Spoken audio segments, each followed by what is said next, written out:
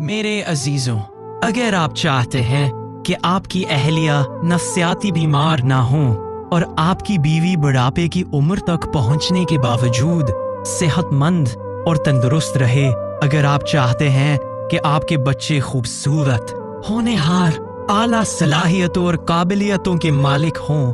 تو اپنی طرف سے پوری کوشش کیجیے کہ آپ کی ذات سے آپ کی بیوی کو غم نہ پہنچے، اس پر اتنا اعتماد ہو کہ اپنی ہر الجھن وہ آپ سے بلا تکلف کہہ سکے، اندر ہی اندر نہ گھٹے، اپنے بیوی بچوں کی تمام جائز خواہشات جن کی اللہ تعالی رسول صلی اللہ علیہ وسلم نے اجازت دی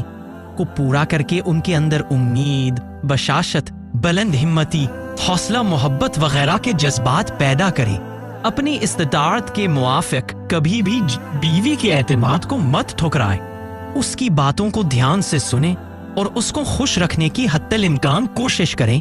تو انشاءاللہ وہ ہر قسم کی جسمانی اور نفسیاتی بیماریوں سے محفوظ رہے گی۔ یاد رکھیے، اس کی تندرستی میں آپ کی تندرستی پنہا ہے، اس کی خوشیوں میں آپ کی خوشی مضمر ہے۔ اب میری دعا ہے کہ اللہ تعالی ہم سب کو اپنے رشتوں کو سمجھنے کی توفیق عطا فرمائے، ہمیں محبت، شفقت اور وفا کے ساتھ جینے والا بنا، اور ہمارے گھروں کو سکون، رحمت اور خوشیوں کا گہوارہ بنا۔